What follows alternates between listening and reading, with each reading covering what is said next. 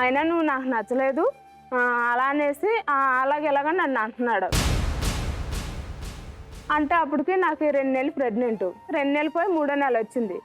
వస్తే నన్ను వదిలేసి మళ్ళీ ఆవిడతో వెళ్ళిపోయాడు.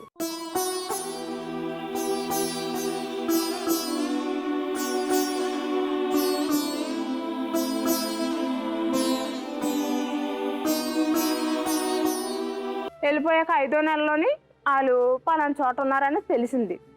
ఉంటే పోలీస్ కంప్లైంట్ ఇచ్చాను 5వ నెలలోని. ఇస్తే వచ్చాడు. వచ్చి నువ్వు పెళ్లి చేసుకున్న భార్యను చూడకుండా ఇంకొక ఆవిడని ఎందుకు ఉంచుకున్నావు అలా అనేసి అడిగితే, లేదు సార్ మా ఆవిడనే చూసుకుంటాను అలా అనేసి అక్కడ చెప్పాడు సార్. అక్కడ చెప్పి ఇంటికి వచ్చి మాయా టీ తాగు పాలు తాగు చల్లదన్నం తిను అంటే కడుపుతో ఉన్నదాన్ని కూడా చూడకుండా కాలుతో తన్నేశాడండి.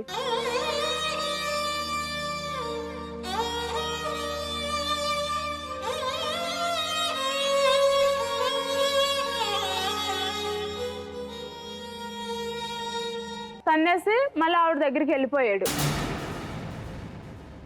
అతను ఆవిడతోటే ఉన్నాడు. కానీ ఊర్లో పంచాయతీ 3 సార్లు పెట్టాను సార్. పెడితే చూసుకుంటాను, 2 పిల్లలు చూసుకుంటాను, తను ఒకరిదాన్నే చూసుకోను అలా అనేసి ఆ పెద్దల దగ్గర కూడా చెప్పాడు సార్.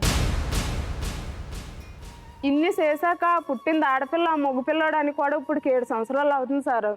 ఆ బాబుకి వాళ్ళకి ఒక బాబు పుట్టాడు. ఆ బాబు ఈ బాబు ఒకే దగ్గర ఆడుతారు సార్.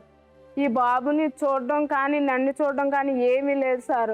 నీ మెడలో తాళి నీ పాలిట ఉరితాడు, నీ జడలో పాడి అది నల్లని త్రాచే చూడు, నీ కన్నుల కాటుక నీ కళ్ళే మూసిందా, ఈ కళ్యాణం వేదిక నీ గొంతు మూగ చేసిందా.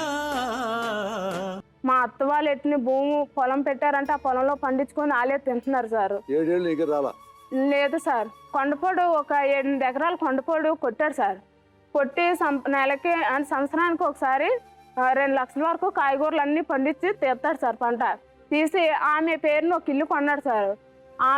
ఆమెకే సంవత్సరానికి ఒకసారి ఎల్ఐసి కడతాడు.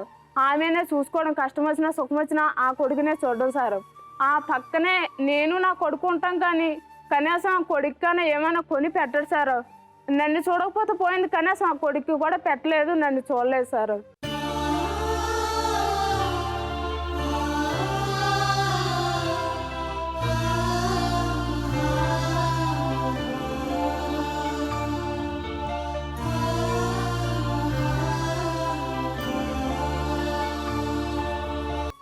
వాళ్ళ అమ్మ వాళ్ళు ఇచ్చిన భూమి కూడా పండించుకొని దాని మీద వాళ్ళే తింటున్నారు. ఈ 7 సంవత్సరాల బట్టి నుంచి నేను మా అమ్మ వాళ్ళ దగ్గరే ఉంటున్నాను సార్. నువ్వేం తప్పు చేయలేదు? నేను ఏ తప్పు చేయలేదు సార్. తప్పు చేసేలా ఉంటే అమ్మాళ్ళ ఇంటికాడ ఎందుకు ఉంటాను సార్ నేను? ఇప్పుడు నీకేం కావాలనుకున్నావు నాన్న? నాకేం కావాలంటే నా భర్త నాకు కావాలి సార్. నా కొడుకుని నన్ను చూడాలి సార్. ఇంకా వాళ్ళ నుంచి నాకు డబ్బు వద్దు, ధనం వద్దు, ఆస్తులు వద్దు, ఏమి వద్దు. నువ్వు ఇంకేమన్నా చెప్పాలా? ఇంకేమన్నా అబద్ధం చెప్పాలనుకుంటే చెప్పేయి. నేను చూడాలనుకుంటున్నాను నన్ను మోసం చేయడానికి నువ్వు ఎంత నీచానికి దిగజారగలవు అని. ఎందుకు ఆలియా, ఎందుకు నువ్వు ఇలా చేసావు? నీకు తెలుసు కదా నానమ్మ తర్వాత నీ ఒక్కదానిని కదా నేను పూర్తిగా నమ్మేది. ఏమన్నావు నువ్వు? ఈ మధ్య అన్నిటినీ మర్చిపోతున్నావా? అది చాలు. వాటిలో ఉన్న శక్తి విషయాన్ని గ్రహించి మనకు వివరిస్తాయి.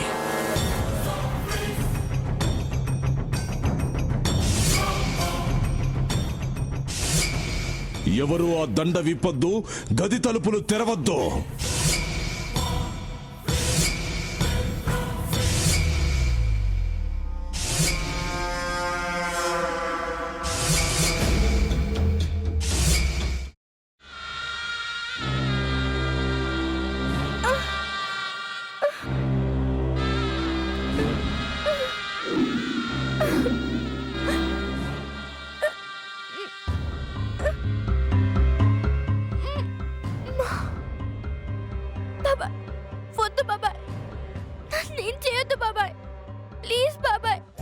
నీకు నిజం తెలిసినప్పుడే నా ఆలోచనలో నువ్వు చచ్చిపోయావు.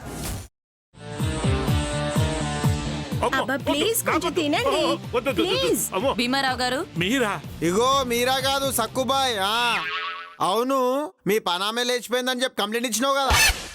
రేయ్, ఆయన కంప్లైంట్ ఇచ్చింది లేచిపోయిందని కాదు, కనిపించడం లేదు అని. అట్లానా? సరే మేడం. ఇడియట్. ఆ వంట మనిషి పేరేంటన్నారు? రత్తాలు మేడం. ఏం పెద్ద మంచి, నీ వంట మంచిని కూడా మేడం అని పిలుస్తావా? రేయ్ హాఫ్ బ్రెయిన్,